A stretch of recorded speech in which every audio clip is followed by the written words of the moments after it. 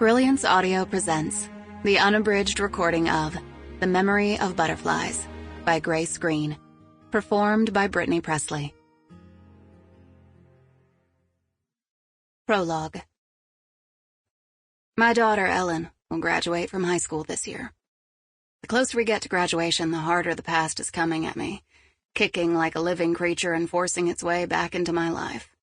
With it, it brings happy memories, but also those that were gladly forgotten, including the memory of how I lost my Ellen 17 years ago, then found her again. I grew up in Virginia, in the woods of Cooper's Hollow, amid the leafy green shadows of Elk Ridge. The rough banks of Cub Creek cut through our land from north to south such that one was never far from the music of its dark water.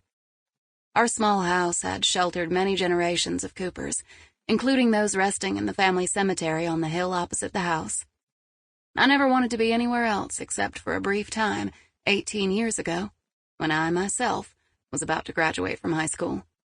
6 years after that, our home in Cooper's Hollow burned down, and we were forced to move into town. We being Ellen and me. The nearby town of Mineral wasn't big by most people's standards, but from my perspective it certainly was. Moving into town was scary, in part because Ellen was kindergarten age. I'd never wanted to draw attention, and it would be noticeable if she didn't start school. It was time for it anyway, and it turned out that when it came to school and being around teachers and other children, Ellen was like a lively duck landing in a sparkling lake. It was made for her. I taught her some at home, and the school administrators, recognizing her quick mind, moved her into first grade early. Our new life was a perfect fit for Ellen. So, while I talked for the next dozen years about rebuilding our house and going back to live in the Hollow, I never actually got around to doing anything about it. Instead, I settled into the daily life of being a mom, working at my pottery business and even volunteering at church and with the ladies' auxiliary.